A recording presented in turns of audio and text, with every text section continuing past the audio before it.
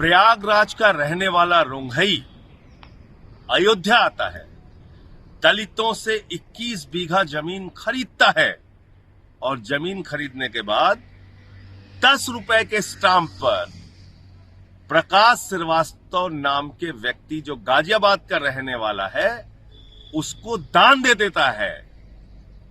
किस ट्रस्ट के नाम पे?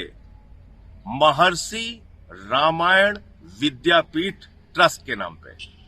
और वो ट्रस्ट प्लाटिंग करके तमाम उन अधिकारियों और विधायकों को अपनी जमीन बेचता है जो पूरी तरीके से अवैध है, गलत है, अवैधानिक है और भ्रष्टाचार की दृष्टि से की गई कार्रवाई है। कल आदित्यनाथ जी की सरकार ने अपने ही अधिकारियों से उसकी जांच कराने का आदेश दिया है।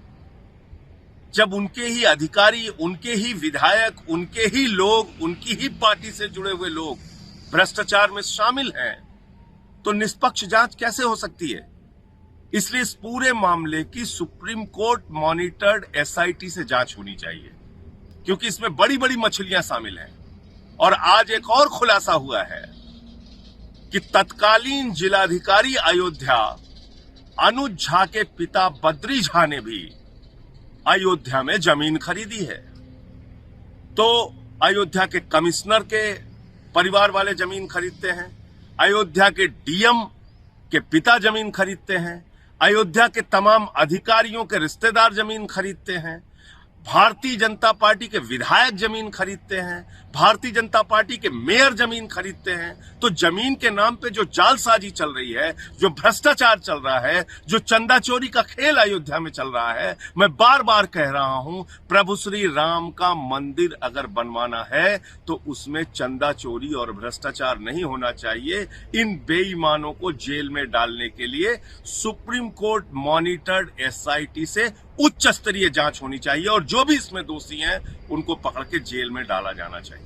प्रयागराज का रहने वाला रोंघई अयोध्या आता है, दलितों से 21 बीघा जमीन खरीदता है और जमीन खरीदने के बाद 10 रुपए के स्टाम्प पर प्रकाश श्रीवास्तव नाम के व्यक्ति जो गाजियाबाद का रहने वाला है उसको दान दे देता है।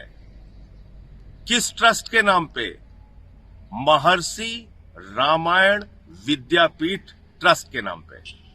और वो ट्रस्ट प्लाटिंग करके तमाम उन अधिकारियों और विधायकों को अपनी जमीन बेचता है जो पूरी तरीके से अवैध है, गलत है, अवैधानिक है और भ्रष्टाचार की दृष्टि से की गई कार्रवाई है। कल आदित्यनाथ जी की सरकार ने अपने ही अधिकारियों से उसकी जांच कराने का आदेश दिया है।